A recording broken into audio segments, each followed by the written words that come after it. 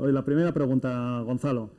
¿Por qué desde Telefónica decidís lanzar Telefónica Tech? Tiene que ver con este movimiento comentado, creo que Ramón, de una Netco a una Servco, tiene que ver con las valoraciones que hacen los analistas y por qué luego en parte decidís que IoT y Big Data va a ser una propia compañía. Bueno, primero mil gracias por invitarme, que es un gusto, y sobre todo contigo, ¿no? Que eres amigo, eso siempre viene bien.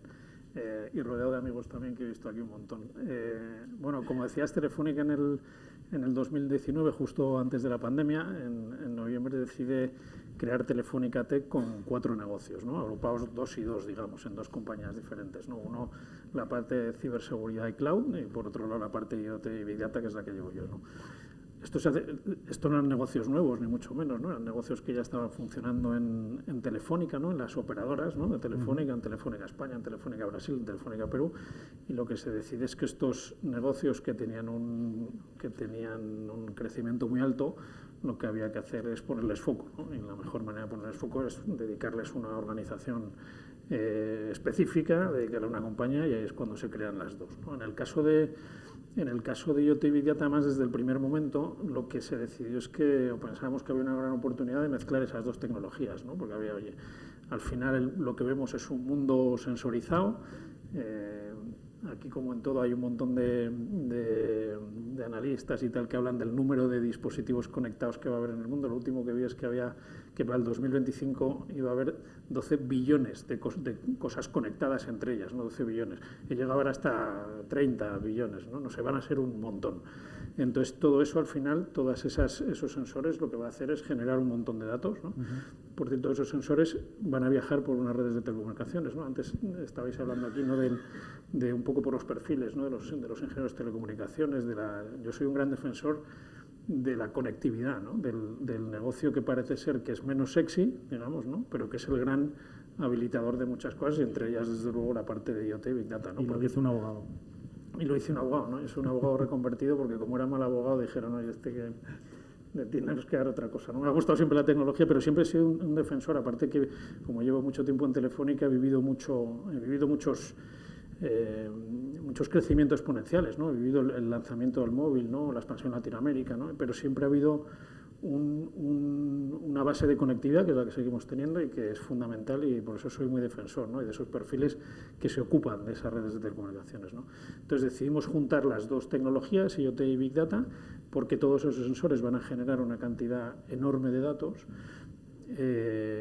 Esos datos que decía Ramón, que es lo más importante, que es el gran volumen de datos, pero además tienen que estar ordenados. Nosotros ayudamos también a empresas a ser más data driven, ¿no? A ordenar sus datos, gobierno del dato, tener las infraestructuras, las herramientas adecuadas para gestionar todos esos datos, y a partir de ahí hacemos analítica sobre esos datos, que al final lo que se basa es dar la posibilidad a compañías a tener mejores predicciones y a tomar mejores decisiones de negocio, ¿no? Entonces empezamos en el 2019, en noviembre nos vino la pandemia.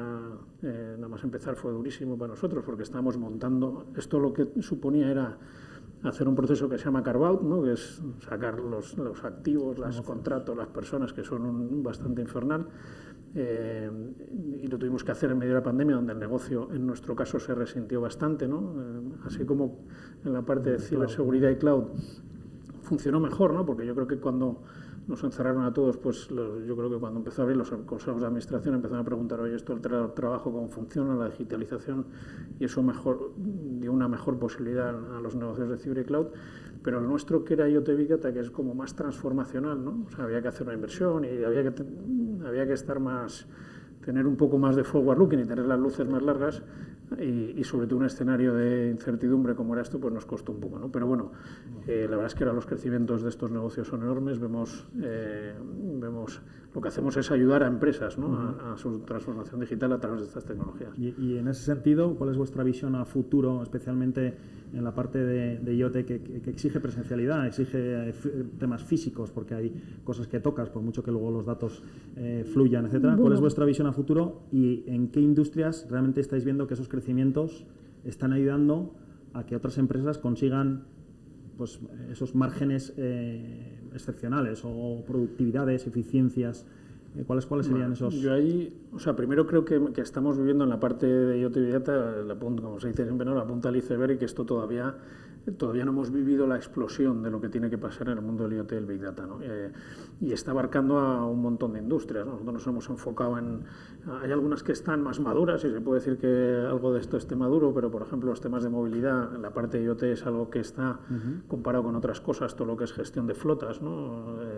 Que está más desarrollado, la gestión de edificios, ¿no? La gestión de edificios inteligentes, pero hay otras, y creo que también Ramón ha hecho algún comentario sobre eso, por ejemplo en el mundo agro, donde hay una oportunidad bestial, no solo en sensórica, sino también en la parte de analítica de datos. Estamos viendo una oportunidad enorme en industria, ¿no? Todo esto, por cierto, en un ambiente favorable de fondos europeos, ¿no? Que también hay que aprovechar, ¿no? Entonces, en la parte de industria, por ejemplo, ha salido ya el PERTE de automoción de vehículo eléctrico, con lo cual eso en industria nosotros vemos no solo en la parte de automoción, sino en las fábricas, ¿no? En las fábricas donde toda la digitalización que se va a poder hacer, mantenimiento predictivo, operación remota, ahora con la pandemia que ha venido muy bien, temas de gemelos digitales, sobre todo hacer fábricas mucho más flexibles y más personalizadas, ¿no? El otro día, no sé quién me decía, es que esto va a llegar un momento, hacía la broma de que va a llegar un momento que tú en el coche no es que pongas qué extra quieres poner, sino que va a llegar un momento que la cadena de producción va a ser tan flexible que tú puedas decir, oye, en el salpicadero quiero la foto de mi hijo, ¿no? Y que pase un coche y hagan una personalización total, y siguiente, y eso lo que te hace falta es flexibilidad, te hace falta mucha sensórica, y lo que te hace falta es redes de nueva generación, redes 5G, ¿no? Que lo que va a permitir es que esto suceda, ¿no? Y en ese sentido, ¿cuál dirías que ha sido una de las grandes apuestas que como Telefónica Tech y en tu compañía en IoT Big Data Tech habéis hecho, y qué caso de éxito te gustaría compartir? Es decir, aquí realmente es que lo hemos bordado, y realmente ha sido de ese business case que todos los consultores, y ahora hablaremos también del aspecto de cómo estoy viendo que estáis pivotando de Telefónica, de esa capa que dices tú, de esos canutos de comunicación que comentaba antes Luis, cómo estáis pasando de estar más centrados ahí a subir unas cuantas capas donde competís con otros players que están aquí. Miro ahora a Rosa, miro a diferentes personas que están más en esa parte más del servicio sobre una capa, ¿no? Claro, bueno, ahí nosotros hacemos muchas cosas diferentes, ¿no? Hay cosas, al final la conectividad de IoT, hay cosas que son, normalmente la gente habla de cosas de IoT y son cosas muy sexy siempre, ¿no? Pues he conectado, no sé, ahora estamos conectando cortacéspedes, ¿no? Que está muy bien, ¿no? O los drones para mantenimiento de infraestructuras grandes, o nosotros tenemos, por ejemplo, mucho sensórica en las cafeteras Nespresso, ¿no? Que tenemos ahí, generan eficiencia, sabes cuántas cápsulas están a nivel industrial, no a nivel particular. Pero a mí lo que me gusta mucho es cuando la tecnología cambia sectores que se pueden entender como más tradicionales, ¿no? Entonces hay uno que además está funcionando muy bien, y estamos esperando también con el tema de los fondos europeos que puede que haya un PERTE de esto del agua, ¿no? Estamos viendo cómo el mercado del agua, que es un mercado tradicional, además muy fragmentado, porque yo creo que el otro día me contaban que había como 680 empresas en España que se dedicaban al agua, a la gestión del agua, ¿no? Que me quedé alucinado. Pero todas esas es un sector muy tradicional. Lo que estamos haciendo es conectar contadores, ¿no? Y eso que te parece, dices, bueno, para conectar contadores necesitas redes específicas de IoT, que son redes específico, una que utilizamos nosotros, una Ramón IoT, que lo que permite es que las baterías son sitios donde tienes que poner baterías y sensores en sitios donde no son muy accesibles, con lo cual no puedes estar todo el día entrando y saliendo por ellos, necesitas que las baterías duren mucho, con lo cual esas redes permiten que las baterías duren más, ¿no? Entonces estamos poniendo sensores en los contadores de agua, y estamos trabajando, por ejemplo, con el canal de Isabel II, y eso es un mercado que lo que va a hacer es, primero, que vas a dar un mucho mejor servicio al cliente, porque va a haber lecturas en tiempo real, por ejemplo, de tu consumo de agua, pero es que va a generar eficiencias, vas a ver dónde están las fugas, vas a ver qué contadores están funcionando bien y qué contadores están funcionando mal, y eso yo creo que son cosas que son mercados muy tradicionales o sectores muy tradicionales, pero que la tecnología les va a pegar un revolcón para bien, ¿no? Te voy a poner el brete de que me comentes cómo ves el tema de los Next Generation, pregunta que seguro que Luis sí que hacía. Pero desde Telefónica Tech sí que he visto que estáis muy activos también en la parte de M&A, ¿vale? Que la siguiente mesa redonda va a versar sobre M&A y Corporate Venturing. Sí. Recientemente, de hecho, habéis adquirido GPROM, una compañía de nicho, etcétera. En este sentido, ¿qué drivers, como CEO de la compañía que diriges, son claves para identificar ese pipeline, ese deal flow que os llega, que entiendo que de manera proactiva y reactiva, para una gran corporación como vosotros? O sea, yo creo que hay, pues, o sea, utilizando el ejemplo de GPROM, ¿no? Que es una empresa de Barcelona, que lo que se dedican es a los software de operaciones de fábrica, ¿no? Ellos, por ejemplo, son un gran proveedor de SEAT, ¿no? Ahora somos un gran proveedor de SEAT. Entonces, ¿qué hemos hecho ahí? Lo que hacemos es buscar capacidades que a nosotros nos faltan, ¿no? Yo lo conté la otra vez que vine alucinado, fui a la fábrica de Martorell de Barcelona gracias a esta empresa que hemos comprado, y es que te das cuenta que estás metido en el regañete de la operativa de una fábrica como la de SEAT en Martorell, ¿no? Y hacemos el software de producción, ¿no? Es algo muy complicado de estar ahí. Eso yo pensaba, yo llevo 25 años en Telefónica, ¿no? Y decía, estamos metidos, nunca pensé que Telefónica pudiera estar metido en el software de producción, ¿no? de una fábrica como Martorell, ¿no? Entonces era una capacidad. Nosotros sabemos hablar de redes, ¿no? Hay en todas estas fábricas lo que te hace meter son redes privadas, ¿no? Y de eso sabemos un montón. Pero para habilitar luego para los casos de uso que habilitan esas redes privadas, lo que tienes que saber mucho del negocio, ¿no? Es como lo del choricero, ¿no? El maestro choricero. Yo quiero conocer al maestro choricero, porque el maestro choricero sabe la merma del chorizo, si la máquina pasa mal, o sabes qué tipo de máquina necesita y cuáles son, no sé, los problemas que tiene si la grasa se cae. Eso Telefónica no lo sabe, ¿no? Nosotros sabemos de lo que sabemos. Entonces, lo que hacemos es complementar capacidades con este tipo de empresas. ¿Y hasta qué punto estáis utilizando este tipo de estrategias de M&A para hacer una cosa que estoy seguro que en la mesa siguiente se hablará, que es el acqui-hire? Es decir, el comprar una compañía solo por el talento, no tanto por el producto, la solución que tiene esa startup o compañía, sino realmente por fichar el talento. ¿Qué pesa? Bueno, yo creo, o sea, en el caso de esta, por ejemplo, han sido dos cosas, ¿no? Ellos tenían referencias muy buenas, ¿no? Que era como, por ejemplo, SEAT, ¿no? Y era importante para nosotros, pero evidentemente ese conocimiento de la empresa, el otro día andando con ellos, es que ellos se mueven por ahí y conocen cada máquina, ¿no? Eso, si esta persona se te va, desaparece el negocio, ¿no? Y generas una relación de confianza, ¿no? Que yo creo que la clave aquí, nosotros que nos dedicamos al B2B, si me dicen qué es lo que quieres, si yo no quiero que mis clientes me quieran, yo lo que quiero es que confíen en mí, ¿no? Y para que los clientes confíen en ti, lo que tienes que tener son esas capacidades y que entiendas de su negocio, ¿no? Sabiendo que en la siguiente mesa te encantaría estar, pero te toca hablar de tecnologías disruptivas, no de emprendimiento corporativo, ni incubadoras, aceleradoras, etcétera. Sí que me gustaría que le dieras, si tuvieras alguna startup que nos esté escuchando o viendo, etcétera, y esté dispuesta a tener que lidiar con un elefante, africano, ¿sabes? Como es Telefónica. Yo creo que ¿Qué recomendaciones les darías? Yo creo que gracias a Dios eso ha cambiado bastante. Es verdad que cuando empezamos Wayra, aquello era un follón de padre mío, señor mío, ¿no? Porque no estábamos hechos para meter ese tipo de innovación dentro de Telefónica de una manera ágil, ¿no? Es verdad que esto ha cambiado mucho en muy poquito tiempo, porque esto va tan rápido que, claro, ahora las empresas están mucho más acostumbradas y sobre todo hay un cambio de mentalidad y cultura que los directivos de las compañías ya entienden que esas pequeñas empresas pueden suponer una diferencia muy grande en su negocio, ¿no? De hecho, ahora mismo Wayra, uno de los KPIs que tiene, ya hace tiempo, yo estaba todavía ahí, es cuánto negocio en P&L generan a las operadoras de Telefónica, con lo cual ya hay una mentalidad de que esto es distinto, ¿no? Pero es verdad que hay un problema grande. Yo siempre decía que lo que tienes que buscar siempre es un no rápido, ¿no?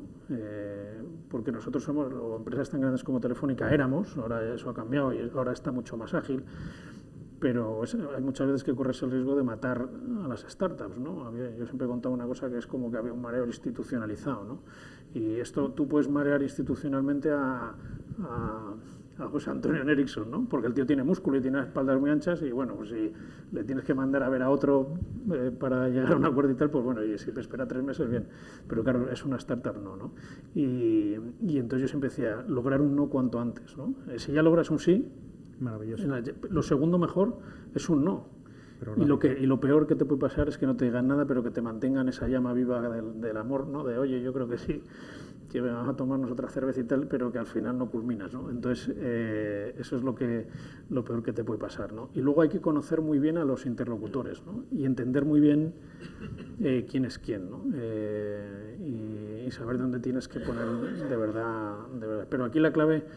Yo a veces cuando me preguntan cuál es la clave de todo esto, hicieron un caso en el IES de Boira, ¿no? Y entonces cuando lo estamos escribiendo me preguntan cuál ha sido la clave de que esto vaya bien, porque la verdad es que fue bien. Y yo ahí me ponía así como muy estupendo, decía, no, es que somos un equipo, tal, no sé qué, gente joven que entendíamos esto y tal. Y luego yo me di cuenta que aquí lo más importante es que el jefe te ayude. Entonces nosotros tuvimos mucha suerte que el sponsor en ese momento, que era el presidente de Telefónica Latinoamérica, que era José María Alves Payete, encima nosotros le decíamos de broma que le habíamos acelerado nosotros en su carrera. Y él siempre está. Entonces eso tienes que tenerlo, porque este tipo de proyectos que son muy disruptivos, o tienes el apoyo del jefe y paciencia, o normalmente no salen, ¿no? No puedo estar más de acuerdo, sobre todo en la paciencia, que hay muchos CEOs Fíjate que en la paciencia yo volví, porque dejé Guaira, luego me hicieron Chivo y entonces volví al consejo y me preguntaron, y fui a contar los números, ¿no? Preguntaron, oye, ¿esto va bien? ¿Y por qué va bien? Y yo dije, porque hemos tenido paciencia, ¿no? Porque este tipo de iniciativas, las grandes corporaciones, lo lógico es que las saquen, tengan un boom de marketing inicial y a los 2 meses te aparezca un financiero, un controller y te cierre, ¿no? Entonces... de los cuales tenéis bastantes en Telefónica. Tenemos más de los que queremos, pero no me tires de la lengua en esa. Pero si tienes paciencia, al final los resultados vienen, ¿no? Y desde el primer momento más supimos que había que tener paciencia, y todo el mundo sabe, pero cuesta seguir manteniendo esa paciencia, al final los resultados vienen. Y ya para cerrar, que nos quedan 1 minuto y medio, estáis creciendo a ritmos del 30% cada año, lo cual es digno de mencionar. Y se estima que las nuevas tecnologías van a aportar, quote de tu presidente, 400.000 empleos nuevos en 5 años en España. Vinculándolo con la primera mesa, que me ha parecido magnífica, ¿cómo desde Telefónica Tech os enfrentáis a este desafío? Porque es un poco lo que creo que era Ángel el que comentaba, es que es alucinante, o sea, se pide en España, estos 400.000 empleos son en España nada más. ¿Cómo puede haber el paro juvenil que tenemos y no tenga, o sea, y tengamos esta demanda brutal, ¿no? Bueno, yo creo que lo habéis... ¿Y cómo podéis desde Telefónica ayudar? Nosotros estamos teniendo problema en la parte, no tanto en la parte esta más de conectividad, más pega telefónica, más al ingeniero de teleco y tal, estamos teniendo problemas con los científicos de datos, arquitectos de datos en la parte más de Big Data, ¿no? Entonces ahí está siendo complicado. ¿Qué estamos haciendo? Primero hay un tema que ya la gente joven no, o sea, evidentemente hay que pagarle bien, pero hay otras muchas cosas que nosotros estamos viendo. El tema del teletrabajo, que parecía, o sea, el tema de la flexibilidad es fundamental. Nosotros ya nadie nos, o sea, es que como les digas que no hay flexibilidad, no, o sea, que se van, ¿no? Entonces, estamos utilizando, y aquí uno de los caladeros es aquí CADE, ¿no? Encontrar ese tipo de perfiles, pero está siendo difícil. Hay un movimiento, sobre todo, que es que ¿qué nos pasó, por ejemplo, cuando después de la pandemia había gente que se había ido a vivir a no sé, un tío que era de Málaga, pues se fue a vivir a Málaga y de repente le decías 2 años viviendo en Málaga y le dices ahora te vuelves, ¿no? Y ese es que tiene ofertas de trabajo todas las que quiere, ¿no? Entonces, o le das eso o no. Es cierto que nosotros tenemos una ventaja, que no tanto que somos la Telefónica esa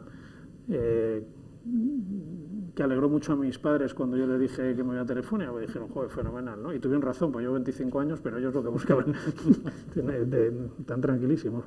Pero eso también, pero yo creo que es que estamos metidos, y en la parte mía especialmente en IoT Directa, en proyectos espectaculares, ¿no? Y yo defiendo mucho que son proyectos disruptivos que cambian el mundo y cambian sectores, ¿no? Entonces ahí hay un tema por proyecto, que muchas veces se dice, no, convéncele por el proyecto. Nosotros sí creo que tenemos esa capacidad, pero si no tenemos lo otro, cuanto a flexibilidad y otras maneras de trabajo y cambio de cultura, tampoco les íbamos a traer, ¿no? Pues oye, muchas gracias. Ahí como Blue Chip tenéis una responsabilidad social para con toda España, que sois, así que a por ello porque se necesita. Ahí está. Muchas gracias, Gonzalo. Gracias a vosotros.